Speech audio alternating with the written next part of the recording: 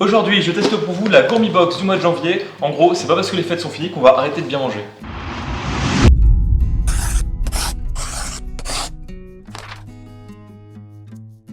Qu'avons-nous comme produit pour ce mois de janvier? Donc dans cette box, toujours très pratique en forme de petite valisette. Donc il y a tout d'abord un petit peu de documentation, deux petites fiches, ce sont des fiches recettes. Donc un jambalaya poulet crevettes et chorizo et un tiarsi. Je sais pas exactement ce que c'est, mais ça a l'air en tout cas très bon. Et à côté de ça, le classique livret qui va présenter les différents ingrédients avec un petit mot de la rédaction, la box de janvier après les fêtes pour continuer à se faire plaisir, mais de manière un peu plus soft peut-être. Voilà, je vais poser ce livret à côté pour suivre un petit peu et découvrir les ingrédients dans l'ordre qui est proposé. Donc tout d'abord, apparemment nous avons de l'huile d'olive vierge extra. Donc ici déjà, ce qu'on peut remarquer, c'est que c'est super sympa d'avoir de l'huile d'olive dans ce contenant en métal. Donc là, c'est de l'huile d'olive de la marque Kalios. Donc c'est de l'huile d'olive vierge extra monovariétale. Et il est marqué qu'elle trouve sa force de caractère et son goût fruité en Grèce sur les terres du Péloponnèse. Donc les olives ont été récoltées à la main sur des arbres parfois vieux de plus de 300 ans. Donc voilà, je ne m'y connais pas vraiment en huile d'olive, mais ça a l'air d'être un petit peu le must. On retrouve les producteurs de cette huile d'olive au dos du livret. Et donc ce sont les frères Pierre, Julien et Grégory. Ils sont allés s'installer en Grèce pour produire cette huile d'olive de super qualité. Ensuite, on nous propose des rillettes de Saint-Jacques au poivre du Sichuan. Donc voilà, c'est un produit de la conserverie des saveurs, donc dans un pot très joli. Donc ça c'est quelque chose qui peut se manger directement et sans plus attendre, je vais goûter ça sur un petit peu de pain. Déjà le pot, je l'adore, il est vraiment assez sympa sur du pain. En tout cas c'est très léger, ça sent très bon la mer. On va voir si quand même on ressent le poivre du Sichuan parce que c'est un peu le produit qu'ils nous vendent dans ces rillettes. Déjà, ce qu'on peut dire, c'est que c'est super bon. Ce sont des très bonnes rillettes. On sent bien la Saint-Jacques. Et après, sans être piquant, il y a le poivre qui vient un petit peu relever sur la fin. Donc voilà, quelque chose de très intéressant. Et c'est sûrement un peu plus léger que des rillettes de porc ou autres. Le prochain produit ne se mange pas directement. Il s'agit de couscous 2000. Et c'est pour faire un dessert africain. Ce qu'on a ici dans la fiche recette, c'est pour faire du tiarsi.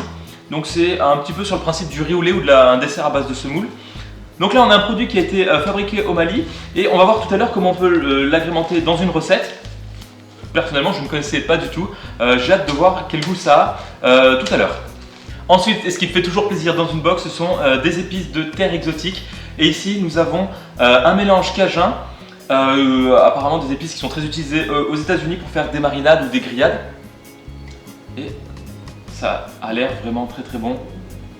Voilà, ça a l'odeur qu'on peut imaginer quand on ouvre ce genre d'épices. Donc on sent directement tout ce qui est paprika. Je vais voir si je dis pas de bêtises, voilà c'est ça. Paprika, coriandre, moutarde, poivre, cumin, etc. Donc ça c'est typiquement le genre de mélange qu'on peut utiliser pour faire ce que j'imagine c'est un peu du poulet pané. Donc vous mixez des cornflakes avec ces épices. Et vous enrobez en mode panure des blancs de poulet, vous mettez ça au four et ça vous fait des super poulets panés, pas trop gras en plus. Donc ça je pense que je vais l'utiliser dans cette recette ou pour différentes marinades. Mais voilà, toujours avec terre exotique, on ne peut pas se tromper, on a toujours de très bonnes épices et ça pourra nous durer un certain temps. Toujours très appréciable de voir ce genre d'épices dans des box. On va passer à un produit qui peut se manger directement et l'emballage est super intéressant. Voilà, on peut voir c'est un petit sachet de fruits, de gâteaux secs, donc des croquants de myrtille. Et voilà, il y a marqué ne pas tenir hors de portée des enfants, quoique je pense que je vais quand même les garder pour moi. Et donc voilà, donc il y a marqué, et en lisant les ingrédients, qu'il y a quasiment que du fruit, donc des myrtilles, du sucre, et voilà, c'est tout. Donc c'est sans gluten, sans lactose. Vu qu'il n'y a que du fruit et du sucre, et je vais m'empresser de goûter ça tout de suite. Si j'arrive à ouvrir le sachet, j'ai toujours eu des problèmes avec les emballages. Voilà. Ah, donc il y a deux sachets individuels, enfin il y a deux portions dans ce sachet.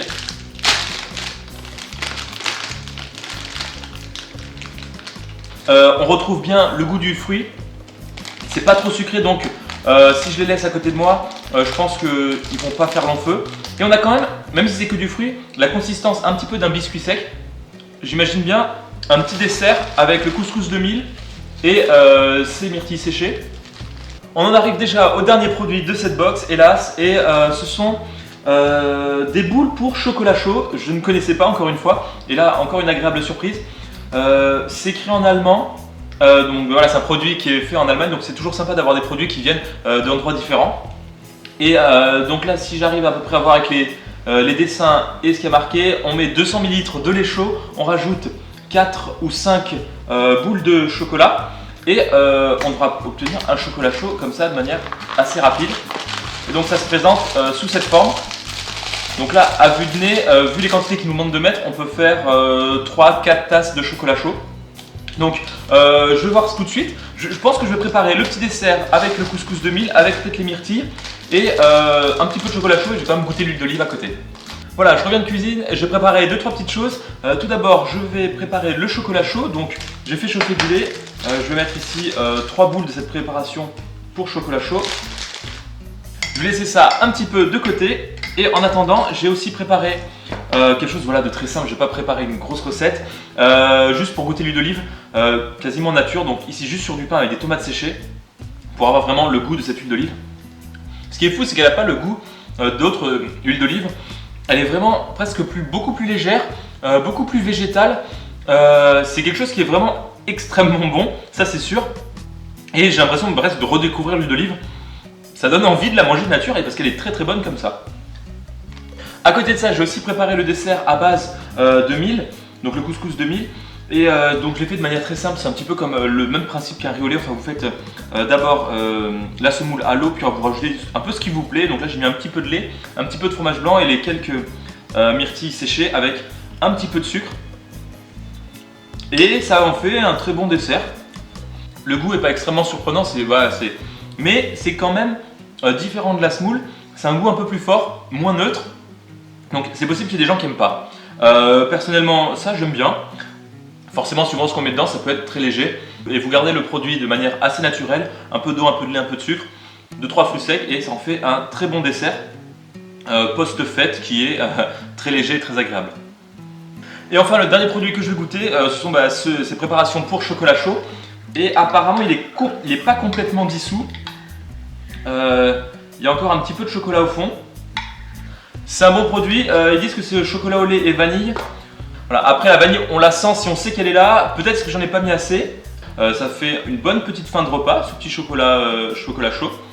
Pour conclure sur cette Gourmet Box, franchement c'était une super expérience. Tous les produits étaient très bons, pas de fausses notes et ça devient plutôt une habitude avec la Gourmet Box. Personnellement, le produit que j'ai vraiment apprécié un peu plus que les autres et qui sort du lot, c'est vraiment cette huile d'olive vierge extra qui est vraiment délicieuse. Et les autres produits, on sait à peu près quel goût ils auront, mais celle-là c'est vraiment la surprise du goût et de la découverte. Voilà, c'est vraiment quelque chose de très intéressant de découvrir ces petits producteurs grecs. Donc voilà, donc avec ces produits qui sont à chaque fois très bons, certains même un peu meilleurs que d'autres. Et voilà, c'était une super expérience, cette Gourmet Box de janvier, vraiment foncez, vous ne pouvez pas vous tromper.